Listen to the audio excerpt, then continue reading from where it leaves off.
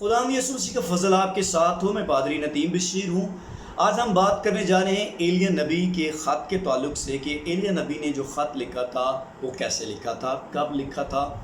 اور دوسری ہم بات یہ کرنے جا رہے ہیں کہ کیا ایلیہ نبی واقعی ہی آسمان پر اٹھائے گئے تھے یا نہیں. آپ سوچ رہے ہوں گے کہ یہ کیا بات کر رہے ہیں پادری صاحب، ایلیہ نبی کے آسمان پر اٹھائے جانے کے تعلق سے یہ کہہ رہے ہیں کہ واقعی ہی وہ آسمان پر اٹھائے گئے تھے یا نہیں. تو میں آپ کو یہ بتاتا جاؤں کہ سارے لوگوں کا ایمان اس پہ متفق نہیں ہے کہ ایلیہ نبی آسمان پر اٹھائے گئے ہیں، بلکہ بہت سارے لوگ یہ مانتے ہیں کہ ایلیہ نبی جو ہیں ان کی جگہ جو ہے وہ منتقل کی گئی تھی، انہیں ایک جگہ سے دوسری جگہ پہ منتقل کر دیا گیا تھا، نہ کہ وہ آسمان پر اٹھائے گئے تھے. اور جو گروہ یہ ایمان رکھتا ہے کہ ایلیہ نبی آسمان پر نہیں گئے، وہ کیوں مانتے ہیں؟ پہلی بات تو ہم یہ حوالہ جات پڑھ لیتے ہیں. بائبل مقدس میں دوسرا سلاطین اس کے دوسرے باب کی میں پہلی آیت پڑھ لیتا ہوں پہلے آپ کے سامنے. اور جب خداوند ایلیہ کو بگولے میں آسمان پر اٹھا لینے کو تھا، تو اس سے ہم چلتے چلتے یہ بات تو کلیئر کرتے جائیں کہ گئے تو وہ آسمان پر ہی ہیں، لیکن بہت سارے لوگ جو یہ مانتے ہیں کہ وہ آسمان پر نہیں گئے، وہ کیوں مانتے ہیں ہم آگے چل کے بات کرتے ہیں. اور پھر دوسرا سلاطین دوسرے باب کی 11ویں آیت میں لکھا ہے، اور وہ آگے چلتے اور باتیں کرتے جاتے تھے کہ دیکھو ایک آتشی رتھ اور آتشی گھوڑوں نے ان دونوں کو جدا کر دیا. کن کو؟ ایلیہ اور الیشا کو. اور ایلیہ بگولے میں آسمان پر چلا گیا. آمین. بڑا کلیئر ہے بائبل مقدس کے اندر کہ ایلیہ نبی آسمان پر گئے ہیں. اب ہم اگلے حوالے کی طرف چلتے ہیں جو دوسرا تواریخ اس کا 21واں باب اور اس کی 12ویں آیت میں لکھا ہے. حوالہ ہمیں یہ بیان کرتا ہے، اور ایلیہ نبی سے اسے کسے؟ یہورام کو. جب آپ دوسرا تواریخ اس کے 21ویں باب کی 9ویں آیت سے پڑھیں گے تو آپ کو پتہ چل جائے گا کہ یہ یہورام کی بات ہو رہی ہے. اور ایلیہ نبی سے اسے یعنی یہورام کو اس مضمون کا خط ملا کہ خداوند تیرے باپ داؤد کا خدا یوں فرماتا ہے، اس لیے کہ تو نہ اپنے باپ یہوشفت کی راہوں پر اور نہ یہودا کے بادشاہ آسا کی راہوں پر چلا. آمین. اب بائبل مقدس میں جو حوالہ ہم نے پڑھا وہ دراصل ہمیں یہ بیان کر رہا ہے کہ ایلیہ نبی نے یہورام بادشاہ کو خط لکھا اور اسے یہ کہا کہ خدا یہ فرما رہا ہے کہ تو یہوشفت اور آسا بادشاہ کی راہوں پر نہیں چلا. پھر جب آپ پڑھتے جاتے ہیں تو اس کے باقی گناہ اور باقی اس کی جو خصلت ہے وہ اس خط کے اندر بیان کی گئی ہے. تو پھر دوسرا جو گروہ یہ مانتا ہے کہ ایلیہ نبی آسمان پر نہیں اٹھائے گئے، وہ یہ دلیل دیتے ہیں کہ اگر سلاطین دوسرے باب کے اندر جو کتاب پہلے آتی ہے وہاں پر یہ لکھا ہے کہ ایلیہ نبی آسمان پر اٹھائے گئے ہیں، تو جو تواریخ کا حوالہ ہے وہاں پہ لکھا ہے کہ اس نے اٹھائے جانے کے بعد خط لکھا یہورام بادشاہ کو. تو یہ کیسے ممکن ہے کہ جب وہ آسمان پر ہی چلا گیا تو وہ بعد میں خط لکھ رہا ہے؟ کیونکہ تواریخ کی کتاب تو بڑی لیٹ بعد میں لکھی گئی ہو، یا پھر اس کی ترتیب جو ہے وہ کہتے ہیں جی بڑا لیٹ ہے، وہ بعد میں کتاب آتی ہے. تو ایلیہ کیسے خط لکھ سکتا تھا؟ تو پھر وہ یہ کہتے ہیں کہ اچھا پھر یہ ہوا ہوگا کہ دراصل وہاں پہ لکھا کچھ ایسے ہی ہے کہ وہ آسمان پر اٹھائے گئے، لیکن در حقیقت ایلیہ جو ہیں وہ ان کی جگہ منتقل کی گئی ہوگی، وہ آسمان پر نہیں اٹھائے گئے ہوں گے. تو پہلی بات تو میں آپ کو یہ کلیئر کرتا چلا جاؤں کہ جب وہاں پہ لکھا ہے کہ وہ آسمان پر اٹھائے گئے ہیں تو وہ یقیناً آسمان پر ہی اٹھائے گئے ہیں.